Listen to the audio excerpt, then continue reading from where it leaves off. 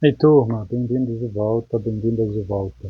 Bem, estamos falando do sistema interamericano. Ele foi inaugurado, como vimos, no ano de 1948, através da Carta que criou a Organização de Estados Americanos, e entrou em vigor em 1951, mas na mesma data foi firmada a Declaração Americana dos Direitos e Deveres do Homem. Ele é considerado o primeiro grande acordo internacional, o primeiro grande compromisso sobre direitos humanos, porque ele foi firmado em 30 de abril de 1948, na Conferência Pan-Americana, que eu tinha dito para vocês, em Bogotá, enquanto foi apenas em 10 de dezembro de 1948 que a Assembleia Geral, reunida em Paris, firmou a Declaração Universal dos Direitos Humanos. Assim como no âmbito universal, como declaração, esse mecanismo do sistema protetivo, ele é chamado direito brando, direito soft,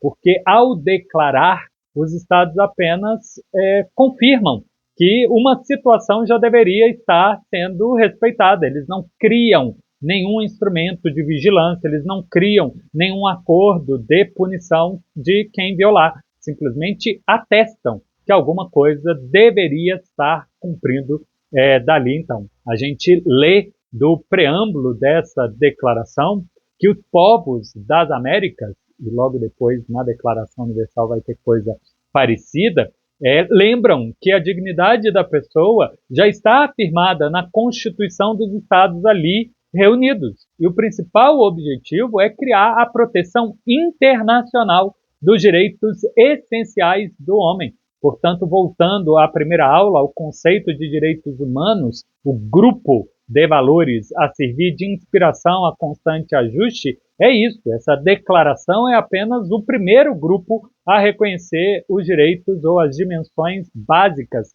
da dignidade das pessoas.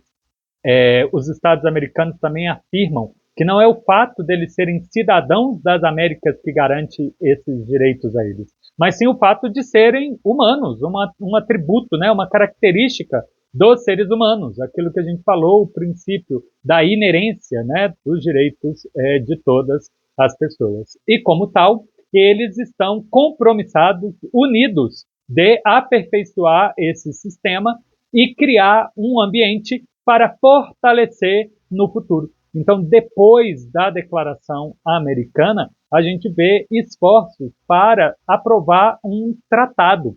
Esse tratado demorou um pouco mais de tempo que no âmbito universal. A Declaração Universal é de dezembro de 48, mas em 1966 nós vimos os pactos internacionais sendo firmados. Já nas Américas, demorou até o ano de 1969, reunidos na capital da Costa Rica, San José, os estados assinam o pacto, só que nas Américas é chamada de Convenção. Convenção Americana de Direitos Humanos, sigla CADH, mas ela é mais conhecida como Pacto de San José da Costa Rica.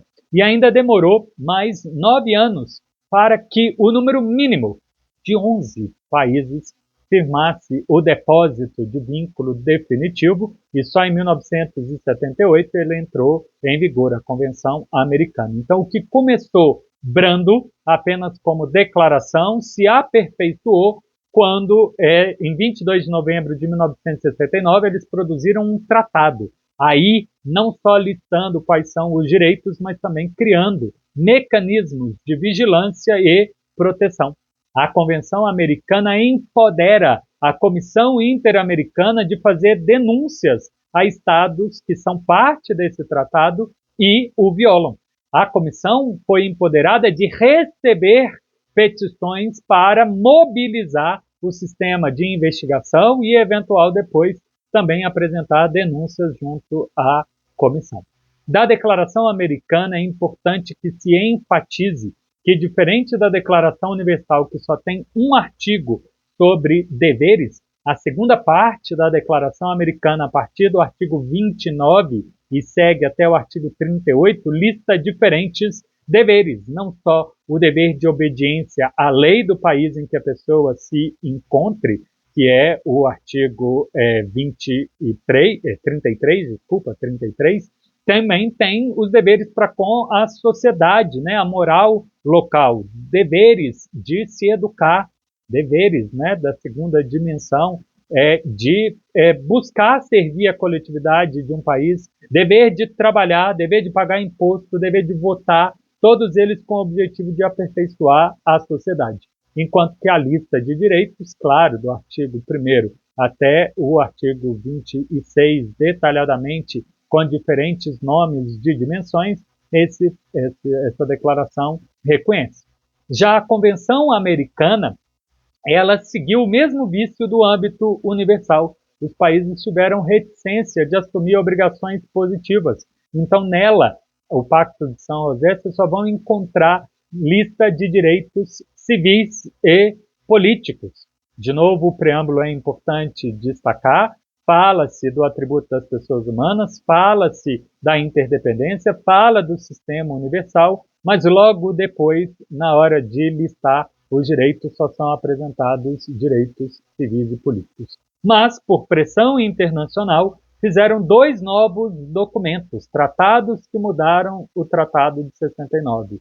O Pacto de São José, ele é complementado por protocolos adicionais. O primeiro protocolo, de 17 de novembro de 1988, é conhecido pelo nome de onde ele foi firmado, a cidade de São Salvador, a capital de El Salvador, Protocolo de São Salvador, ou no seu nome mais extenso, Protocolo de Adição à Convenção Americana de Direitos Humanos sobre área de direitos econômicos, sociais e culturais, para acabar abarcando todas as dimensões. Ele entrou em vigor em 1999 e hoje já tem 16 ratificações. O Pacto de São José da Costa Rica, que demorou até 78 a ter 11 ratificações, hoje ele tem apenas 23 estados parte. Dos 35 estados parte da OEA, a gente teve engajamento máximo de 25 deles. Porém, 2 já saíram, Trinidad e Tobago em 98 e Venezuela em 2012. Então, não conseguiu englobar todos os países das Américas o Pacto de São José da Costa Rica, e olha que ele só fala de direitos civis e políticos, tendo, portanto, hoje apenas 23 do total dos 35 estados, enquanto que o Protocolo de São Salvador, como eu acabei de dizer para vocês, hoje tem 16 estados. O terceiro tratado, que é o Protocolo 2, o segundo protocolo, para abolir a pena de morte, foi adotado em Assunção, capital do Paraguai, em 8 de junho de 1990, e hoje tem 13 países parte dele. Por que isso é importante? Fiquem atentos no material de apoio, aula 3D, na lâmina 10, com o mapa das Américas. Apenas países parte do tratado, Pacto de São José, podem denunciar outro país parte do tratado, Pacto de São José. A comissão só pode denunciar junto à Corte Interamericana por violação do pacto os 23 países que são parte dele. Ela pode, claro, produzir relatórios sobre todos os estados da OEA, porque todos eles estão vinculados à Declaração Americana.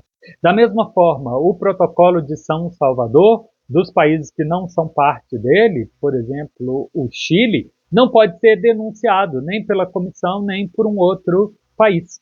No mapa vocês verão marcados em vermelho os países que são parte dos 3 tratados. São os únicos que podem ser denunciados por qualquer violação do sistema interamericano, ou pela comissão, ou por outro país também demarcado por esta mesma cor. Lembrando que países que estão vinculados ao Pacto de São José podem denunciar reciprocamente, além da comissão fazer. O sistema americano, ele tem a declaração e tem o tratado, portanto, ele conta com o controle de convencionalidade, né, de respeito ao tratado. As obrigações que ali estão valem como lei e os governos podem ser punidos como tal. Em um outro momento do semestre, a gente trará exemplos de atuação da Corte Interamericana. Por agora, a gente encerra essa parte essencial e seguimos nas 2 próximas aulas para falar do sistema europeu. Até lá!